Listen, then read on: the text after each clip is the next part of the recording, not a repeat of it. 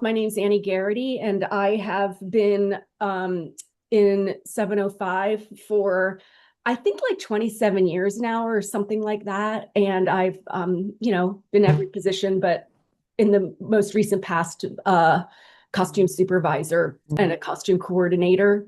Um, and I started to do these webinars just as a way to give back a little bit. And help as I could. So today I'll just go through my slides, and I'll kind of add on as I go through. So I've just found that the topic of finding a new career or a side hustle, and on that, like, I know that for me, I'm like, well, I have all this time in the union. What would it look like if I were to get out early? So that became something that I was curious about, and others I've spoken to seem to be. So I wanted to dig a little bit deeper into what that would look like if somebody did decide to take an early retirement as an option. So let's go to the next slide. And so here's my mission statement. I like to share this. It's to teach creative professionals basic retirement strategies, which I'll also tag on now. It's also maybe help with finding alternative ways to earn income. And I want you all to live an empowered life without shame and fear about finances. Especially, I know there's some gentlemen here too, but a lot of women who struggle with that. So I like to do what I can to alleviate that. And then my next pitch, it is, and this I do put a lot of time, and it does have a little bit of cost. So if anybody is willing or able to just chip in, like literally like $1 or $2, because there's plenty of you.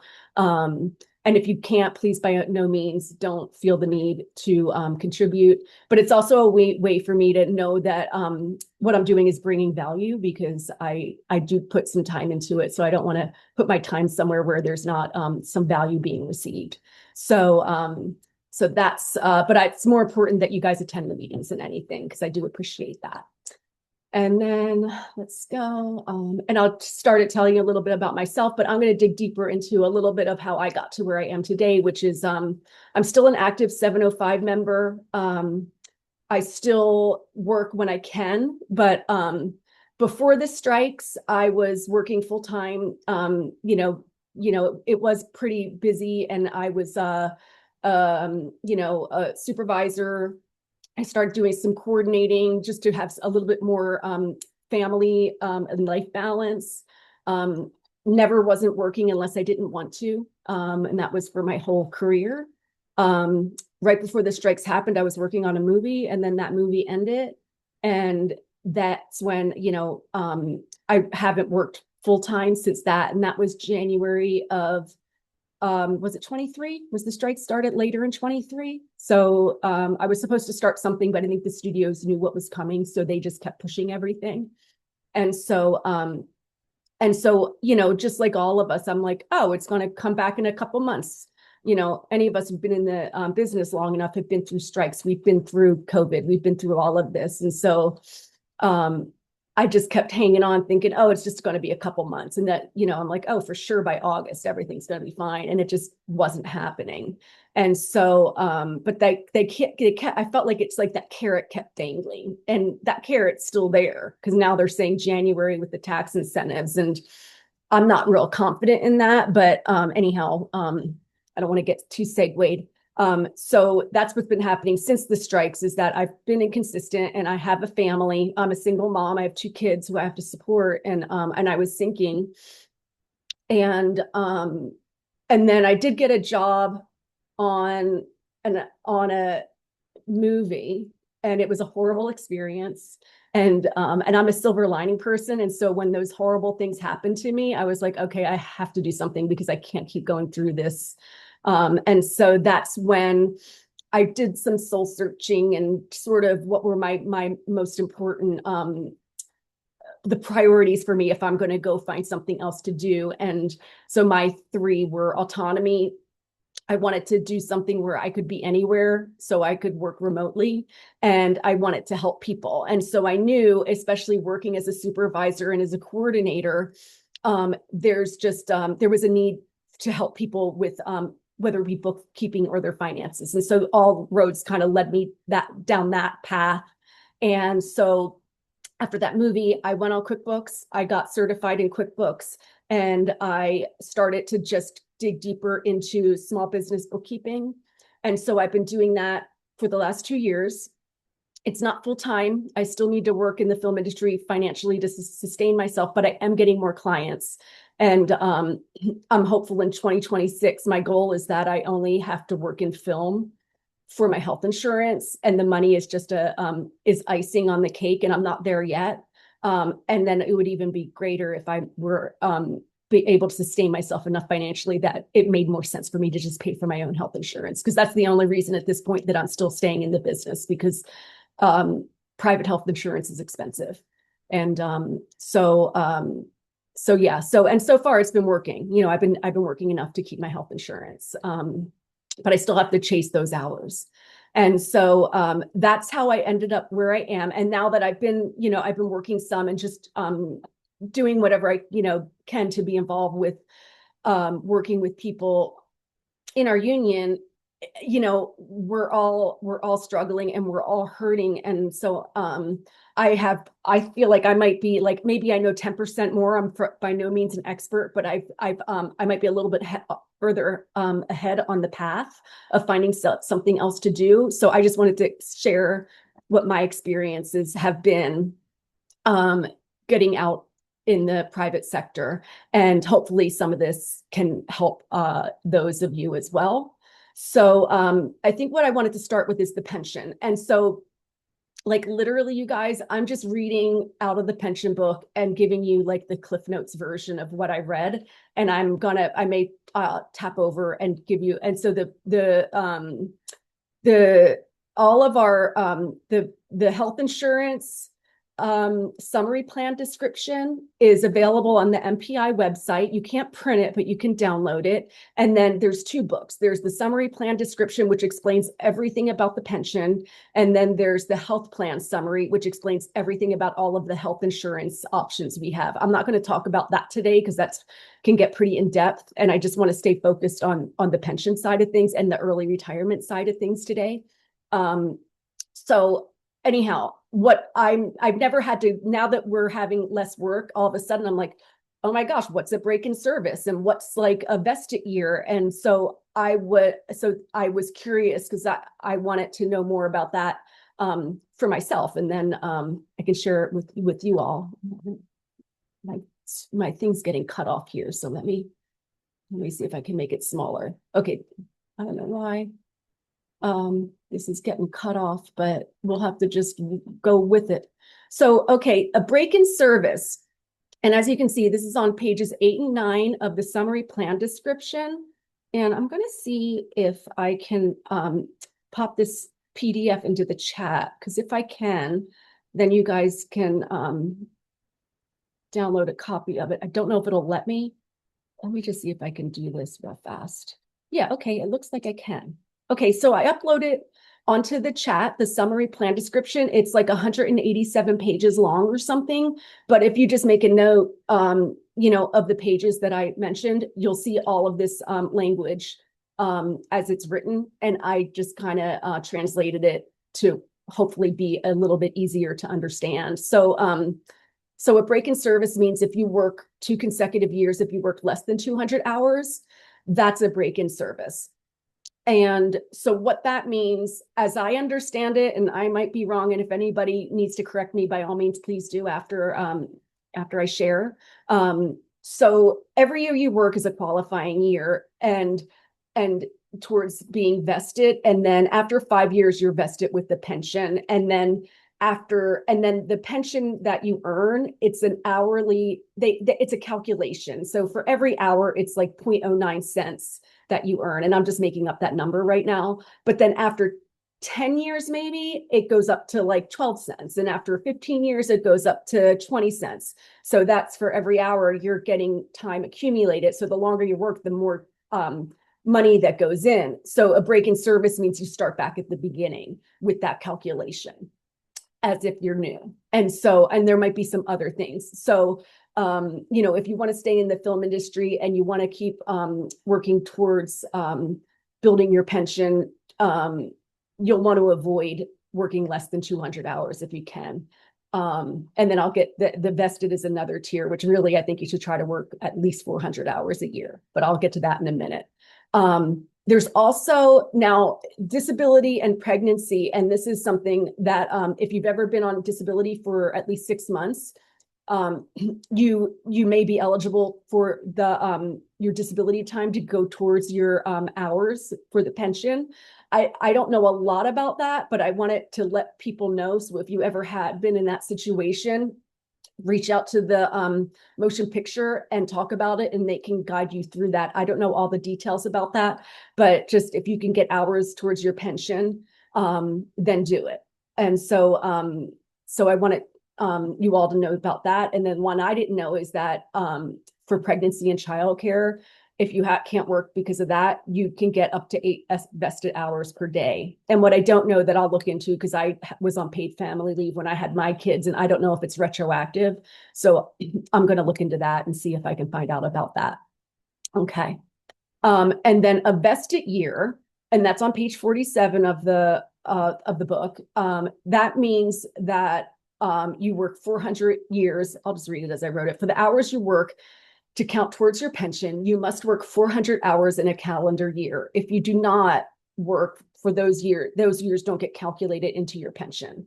So hopefully that makes sense. If you don't work 400 hours, let's say you have, 10,000 hours in your pension, and then you work 300 hours that a year, and that's it. Those 3 out, you still have 10,000 hours. You wouldn't have 10,300. So nothing changes with the past. It's just, it doesn't help accumulate. So your pension's not going to grow if you don't work at least 400 hours. So do what you can to work at least 400 hours each year. I didn't realize, I think that first COVID year, or the first strike year, I worked like 350 hours, but I wasn't savvy to all of this yet. And I was like, oh man, I probably would have hustled a little more to get another week's of work so that those hours went towards my pension. So, and then the other thing I'm going to just tell you, and this is a horrible, tedious thing, but I just did it. And the one thing I've never gotten rid of are all of my pay stubs. I still kept every one of my paper pay stubs. I went through every single pay stub and matched it to the hours reported to MPI. And I found about 200 hours that hadn't been reported. And so, so I've submitted them to MPI to get credit for those hours. So, there are some payroll companies, especially if they're like smaller ones, you may not have had your hours reported, but if you don't have your pay stubs, it might be really hard. You'd have to go on to, like cast and crew and EP, and I think it would be hard to do. But if you're able to, and you have the time, it's it's not a bad thing to do. But it's tedious. I'm not gonna lie. Have a drink of water. Okay. What's next? Okay, this is my soapbox. And so if any of you have been working full time and you have time to give time, help each other. And I feel like, if we're like in a democratic society, practice what you preach. And, I've done it. I know people who were like a day or two short of keeping their health insurance, and I was working and I gave them my day because I was okay. I really think it's a time right now for us to help each other. And I don't know, I'd love to find some sort of a platform where we can create some sort of a system, because I also do think it's a lot where I don't think people are doing it like gatekeeping or anything, but it's like you don't know what you don't know. So if there was a way for us to have some sort of a platform where people knew who needed some hours, it would be great to be able to help each other. So we could avoid the break in service. We could avoid missing a pension year. People can keep their health insurance and just reduce the stress in these stressful times. So feel free to share that with our friends and colleagues, because, we want to show that we care about one another. Okay. And now down to the early retirement stuff. Again, this is on pages 17 and 18 of the summary plan description. So early retirement, unreduced early retirement, you have to have either 30 years you have to be 60 years old and you have to have 60,000 hours. If you hit all three of those milestones, you can retire with 100% of your benefits. And that's always what people call the like golden ticket or whatever. Okay. The next tier to have unreduced retirement is 30 years. You can be 61 years old and have 55,000 hours. They reduce the hours by 5,000. And then the next tier for unreduced is 30 years, any age between 62 and 64 and 50,000 hours. And again, all of those milestones, no reduction. You get 100% of your pension, you get your health insurance, you can start having your health insurance, and you get your IAP. And then I wanted to just have this little caveat. Age 65 is the full retirement age. So once you hit 65, you don't have to take any reduction and you don't have to have any of those milestones. So if you start it in the union later in life, and let's say you have 15,000 hours, you can retire and collect your pension. Health insurance is separate. I'm not going to get into that, but there are different things you need to meet to be eligible for the health insurance for the rest of your life. Okay. So pension's one, health insurance is another, and we're not going to talk about the health insurance today. But if anybody has questions, you can always reach out to me and I can, answer those outside of the meeting. Now, the reduced early retirement requirements. The minimum age is 55. So if you're not 55, this won't pertain to you. So participants aged 55 to 64. Now I put 61 in question mark because that was a typo, I think, in the summary plan description. This is what it said in there, but it didn't make sense because the next one is ages 62 to 64. So I just didn't want to just make an assumption, but I'm pretty sure it's 55 to 61. So if you're between those ages, you must have 20 or more qualifying years. Or if you're between 62 and 64, you must have 10 or more qualifying years. And so if you meet those milestones, depending on your age, you can collect your pension, but it's at a reduced amount. So here's the chart. So like if you're 55, you get 49%. So if we use $1,000 as a dollar amount that your pension would be, that means you'd be collecting 490. So it's a pretty big bump down that you would be collecting if you got out at 55. And then it just incrementally, the percentages go up as your age increases. So, at 64, you almost get your full retirement.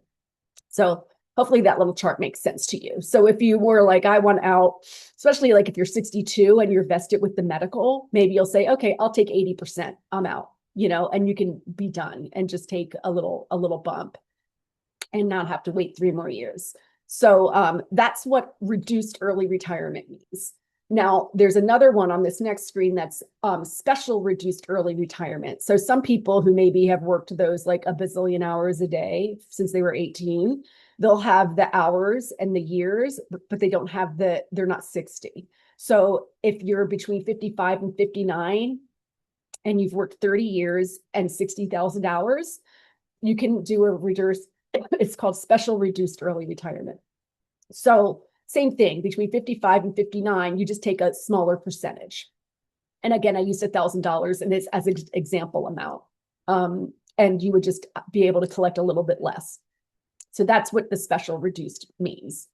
Okay. Sorry, I went out last night, which I never do because I'm not a night person. It was a holiday party, and I guess that I'm having a little bit of a dry throat.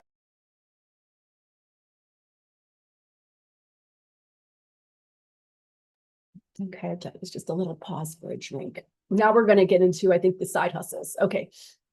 So, if you want to do a side hustle and stay in the film industry, some things that, it might be obvious, but, the job must be flexible so that you are available to take film and TV work when you're called for it. The job may not be creative, but it gives you the cash flow and the flexibility need to stay in the film industry, then do it. And it could end up being something you love and can turn into a full-time job. That's been my experience. I took a temp job a year ago and it was like no money, but it was more than zero. And I'm still working there and I've made it work for me flexibility wise because I was bringing value to him and it's been great. I just did a little bit of a Google search, and so you can do the same. But I did find like some of the flexible jobs include signing up with a temp agency. I found this temp agency called the Workshop LA, and it's focused on fashion, lifestyle, design, production, creative roles.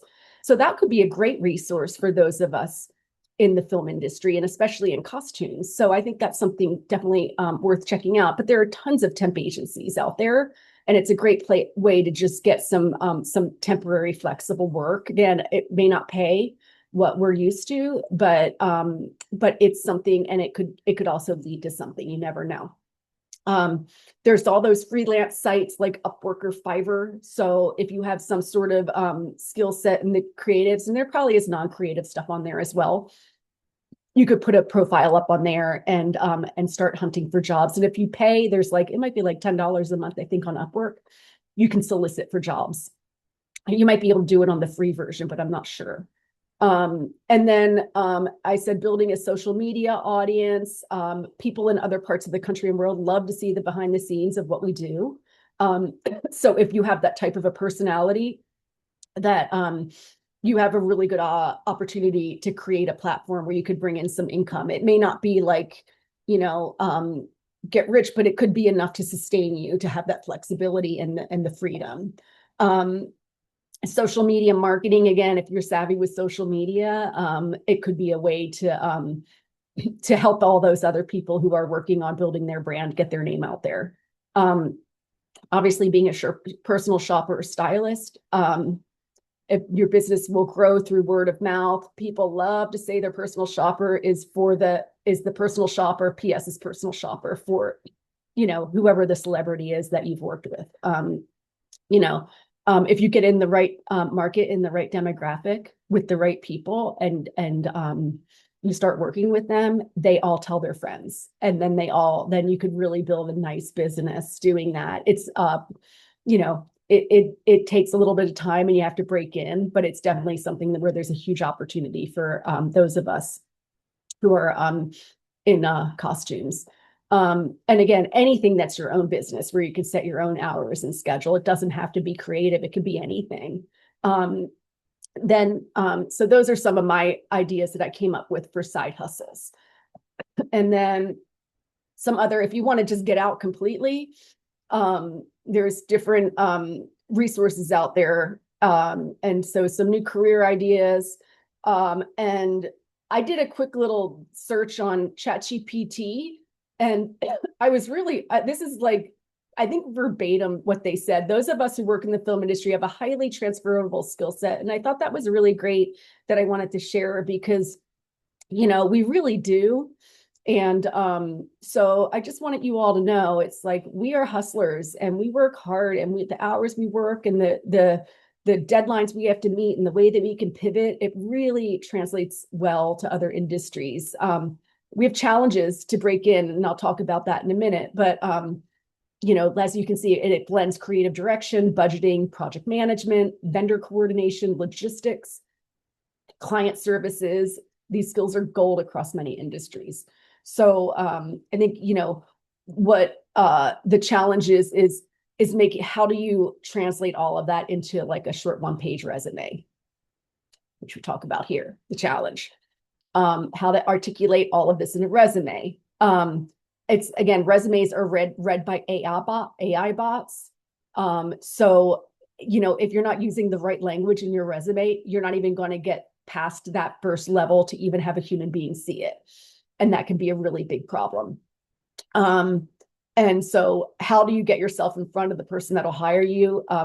I don't have the answer to that, but that's often the challenge. But again, like, I know for me, it was the temp agency that got me in front of a person who, you know, the misnomer about our industry is that we're all flaky and we're just like these, like, you know, like are up out in the like sky flaky. And that was the perception that someone had about me before he hired me. And then I was like, oh, no, like, you don't know what's going on behind the curtain. You know, we're the behind the curtain people making all of these things happen. So, you know,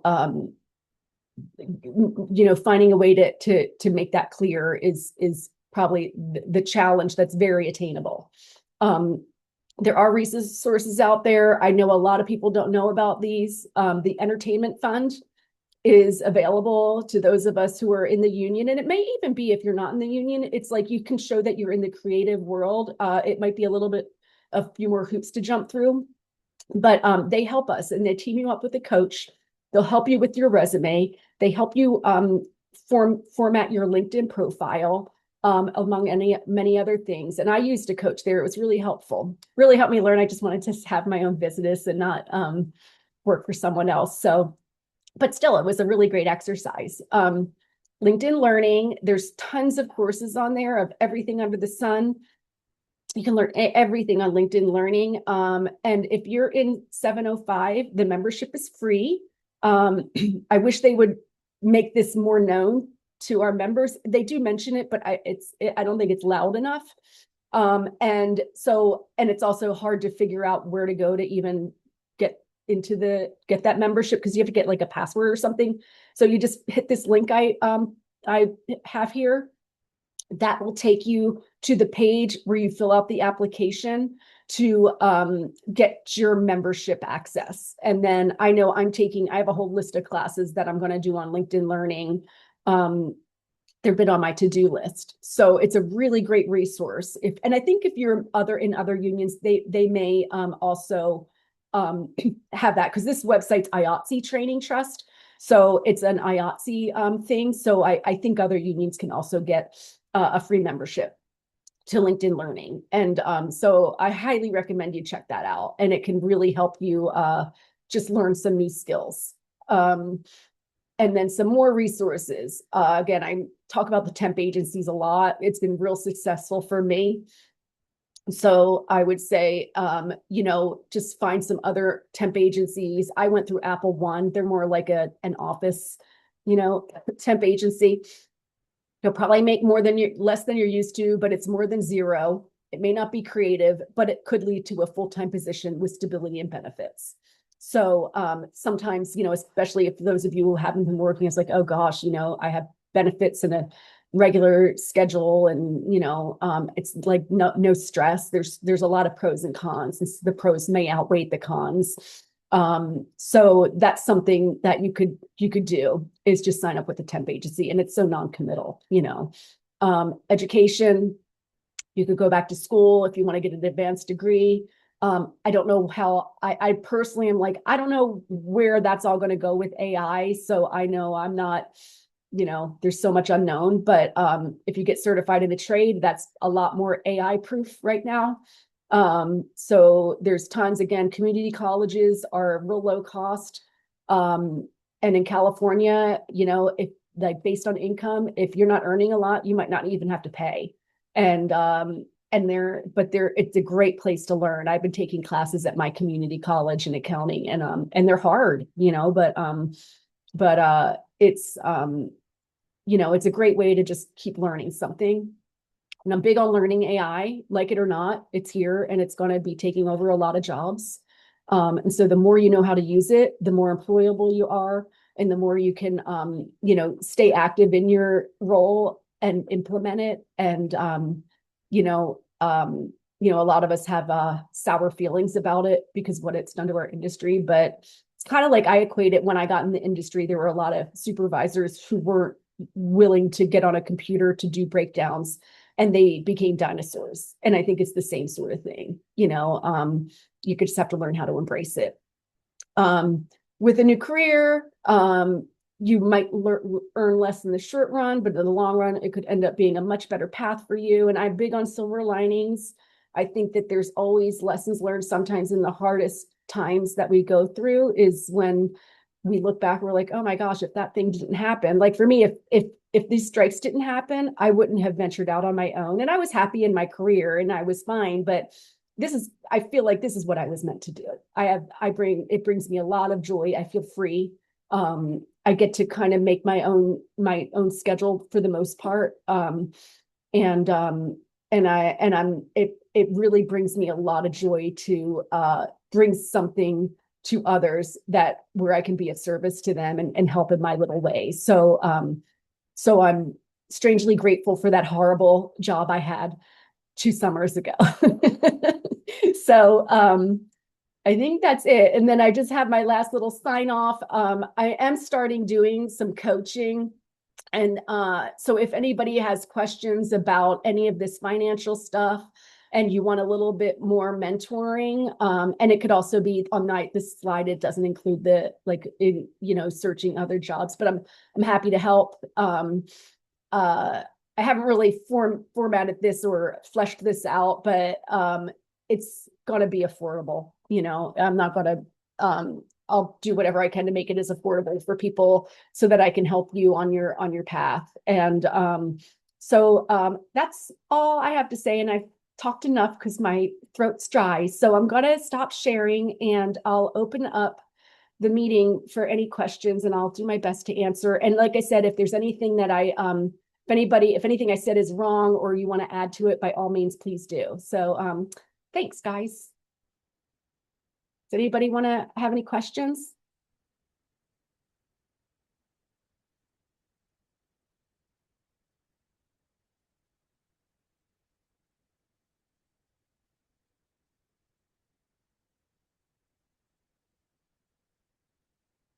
Hi, Shay. Hi, I just wanted to ask, I asked it in the chat, but I'll ask it out loud. Can the PowerPoint in today's recording be sent to us that attended today to our emails? Yeah, you can be, yeah, just, I will, if you want the recording, just, can you shoot me an email? Sure. And then I'll make sure you get it. You don't have to pay for it if you attend it. I think that's the question you're Okay. asking, right? No, it wasn't, but Yeah, I'm I happy to understand. send it. I'm happy to send it to the attendees. So I can't remember, and I'm saying that because I think on Zoom I have a list. The reason I ask people to register is because then if I need to email, I have the contacts, and I think it shows me who actually attended versus who registered. So, Right. but I'm not sure. So that's why I'm asking you to just shoot me an email, and I'll make sure you get it. Okay, great. Thank you. You're welcome. Any other questions, Kristen? Hi. I also asked this in the chat, but if like say someone ended up choosing to leave the industry altogether, is it possible to take the pension and transfer it to like a Roth IRA or 401k or whatever they end up offering? So the pension is like an annuity. Do you know what an annuity is? Learning. And it's okay. It's a weird word. Annuities mean you just get a monthly amount. So you won't be able to, like, the pension isn't a lump sum. The IAP is a lump sum. So they're two separate things. So whenever you retire, whether you choose to do early, reduced, or regular, you're going to have, there's two buckets. There's the pension bucket and the IAP bucket. The IAP, I'll talk about that first, and hopefully this answers your whole question. The IAP is a lump sum. You can choose to have that taken out. It's like an annuity, which means they'll just give you a certain monthly amount that's a guaranteed amount until you die. I don't think that you can, but then I don't think that you can, uh, there's a beneficiary. When you die, it dies. There's nothing to pass on to any survivors. So that would be one option for the IAP, or you can take the lump sum. And let's just say it's $100,000. You could either have that taken, just make it a set monthly amount, or you could say, give me all my money, and you can move all that into a retirement account. And if you move it into a retirement account, I believe there aren't penalties. And again, I think that's how it is. If you were just take it and not put it into a retirement account, you might have to pay penalties or taxes or something. So that's the IAP. And then the pension is just a monthly amount that you're going to get based on what you've worked and what you've accrued. So that's just going to be, let's say it's $2,000 a month.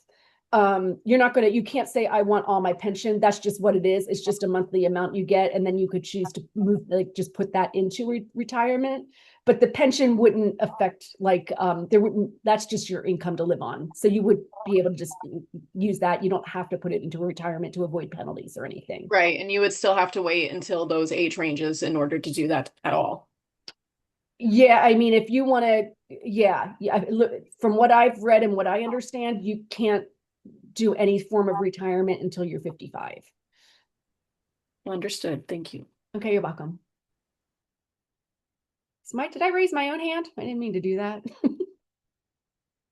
Hi, I have a quick question if Sure. that's okay. So I don't know how to raise a hand. That's okay. Maybe. Nobody needs to. You can just unmute. You don't need to, Oh, cool. yeah. Um, I just, it's I think well, thank you, first of all. This was great. Thank you. You're welcome. And I was wondering because what you said about how like our skills are so transferable, I so agree with that. But like what I've been running into a lot is that I know these skills are transferable, but when I apply for jobs outside of the industry, I feel like they all just fall into a void that no one ever responds to. And I feel like it has to do with like a lack of experience in a different field a lot of the time. I don't know. It's just, I feel like I've been hitting a wall with that.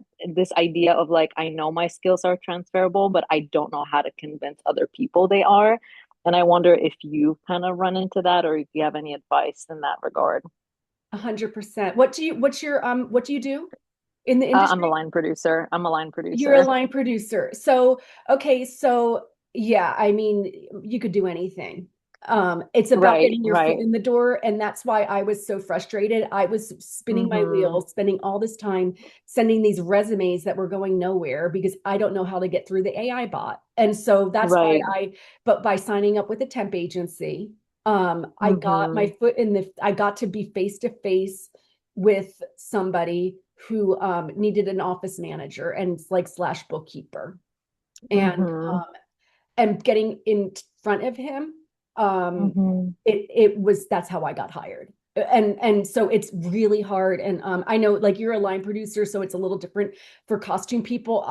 If you're looking for something that's not in the creative, I do not use the word costume in anything on my resume. Mm-hmm. I remove a lot of the creative language out of my resume to make it more business structured. Mm-hmm. Um, and so yeah, I mean, it might be even like it's like doing like there's chambers of commerce in your neighborhood. There's networking groups. There's these BNI groups. They're business groups, and BNI might be a Mm-hmm. great place to go because they're all business networking groups, depending on what you're Mm-hmm. looking to do. But that was again, that's why I'm like, Mm-hmm. I don't have, I want to, it's like I'm looking at the end, I'm looking at getting out and retiring in 10 years. So I don't want to have to start at the beginning. If you're a little younger, Yeah.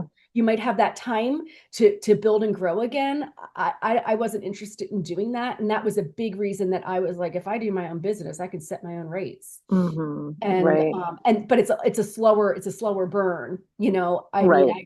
it's going to take me longer to get back to where I was, but it was the right path for me. It's not the right path for Mm-hmm. everybody, but I think it's just how do you get your like get in front of people face to face. Yeah. And Totally. so Totally. and start like just yeah, but I think that those I'm chambers of commerce, BNI, they're the ones that come to the top of my head. Any networking types of stuff. And Mm-hmm. if you know what it is that you're looking to do, then that helps too. I found what I was doing is because it's like a blessing and a curse. We have so many skills where I was like, I could Mm-hmm. be an amazing project manager. I could be an amazing, executive assistant. I could be this, that, or the other. And I was like, I'm going in too many directions. I got to pick one lane and Mm-hmm. and You're right. and so I picked a lane and I would get very I'm like shiny objects sometimes. I'm like that's something I could do too, and I because I have a lot of ideas that are I think amazing, Mm-hmm. but I had to hone it all in, and now that I'm very clear Mm-hmm. on my path, that's helped a lot with Yeah. with me stay I'm growing my business, and it's been slow, but it's in the right direction, so you could Mm-hmm. do it. It's just those are some of the things I've experienced, so I hope that helps. Right. Yeah, of course. Thank you for Sure. sharing. You're welcome.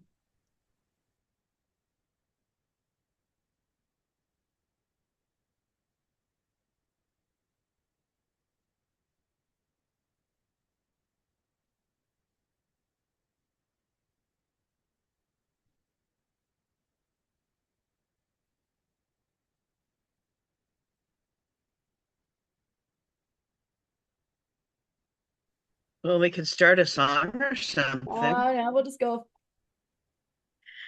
It's been really, I appreciate you so much. Like I said, Thank you. it's all kind of swimming in my head. I'm going to be 65 in a couple of months, Are you going to and retire? I've been contemplating retiring for a couple of years now because my personal life basically needed me. And so for the last 3 years, I've been being me in my Yeah. life. And it's weird because I thought I would, at one point, I didn't think I was going to be ready to retire. And then all of a sudden, I'm like, hey, I like sleeping, you Hmm. know? So I don't know. I'm trying to figure out where my options are, but you help me narrow down what not to do. Yeah. So that's, Well, well, and it's just, also, Tess, remember if you are going to retire at 65, you'll have a pension, you'll have health insurance, you'll also be able to start collecting your Medicare, um, and you'll have the IAP. So if you could do some other job where you don't need to make as much money because you have right. those income sources coming in. Yeah, that's what I'm So saying. yeah. I've been trying to, because well, with my photography and my storytelling, I've got a mission of creating some books, and I'm Oh, been good. working with a fine arts photographer publisher, and I basically have been digitizing all the photos I took in college because they're our history of a particular college at a Oh, particular that's time in cool. life. Yeah, so I've been wanting to do that for years, and then I have some other stories to tell. But it's weird because like I said, my life has taken the last 3 years of my life. My partner survived a heart attack, but that's a lot Um, to deal with. And then my father died, and there was clearing out his house and doing all of that. And yeah, thank God my sister is a CPA and was the executor because I just had to, stay out of her way while she did all the hard stuff with the yeah, and all that. But it's weird where, you know, since I was 16, it's been like, I'm going to be a customer. I'm going to be a customer. And then all of a sudden, the last couple of years, I'm like, oh, I don't have to climb up the hill anymore. I can actually get off of this. And it's like coming to the realization, like, oh, I've come to the end of being a customer. So yeah, I've been using my knowledge basically to enhance our union, because the younger customers don't remember yeah, previous stuff, like the pre-computer costuming. I tell people like, well, it used to be when you were like shopping for fabrics and stuff, you'd get paid, your pager would go off and then you had to pull off and find a payphone and yeah, call in. And they were like, oh my God. I mean, yeah. yeah, So the industry has changed so much and yeah, it's gonna be what it is now because the corporations who took over the studios are obviously trying to steer all their work away from Los Angeles. yeah. And And I it's just, just, yeah. yeah, it And might change in the future. I don't like to be a negative person or a pessimistic person, but I think it's more of being a realistic person where Yeah, the absolutely. reality is it's like and LA is making it really difficult for the producers to film here. So as much as I get annoyed, I also understand because it's a financial thing where if you have so much red tape, so many permits, and level after level and layer after layer of permitting and hoops. And it's like the time it takes to get through all of that on top of the expense when they can go somewhere else with open arms who make it easy for them to film. It's like, what would you do? Yeah.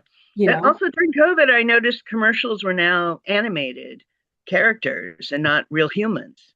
That animation is the fact that animation is such a big screen thing right now is also Yeah. not an Yeah. accident. So Yeah. yeah, life changes. The film industry has always changed every Yeah. decade or But I so, think, and now yeah. it's just a lot of very new stuff is going on.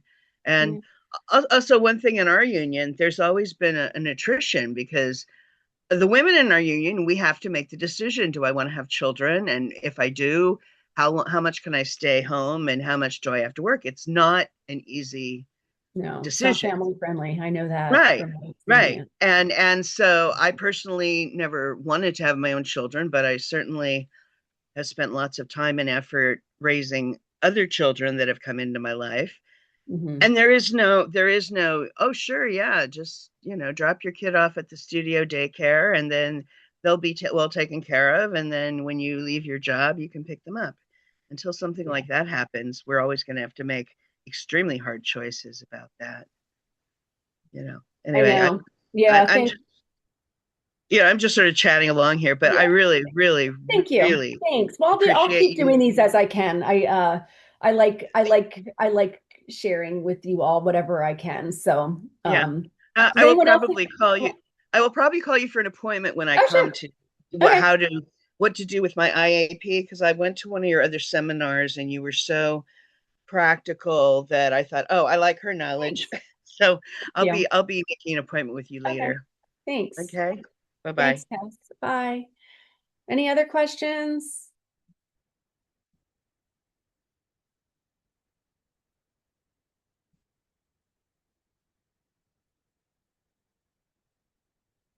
Okay. Well, I think that I'm going to log off now. So I'm just going to thank you all for attending, and I will try to do another one of these soon. And if anybody, I kind of bounce between talking about pension and retirement stuff and this other job. So if anybody has anything that they want me to talk about, I'm happy to, do that. Just let me know. All right. So I hope you all enjoy the rest of your weekend and have a happy holiday. Thank you, Annie. Okay. Thanks, everybody. Bye.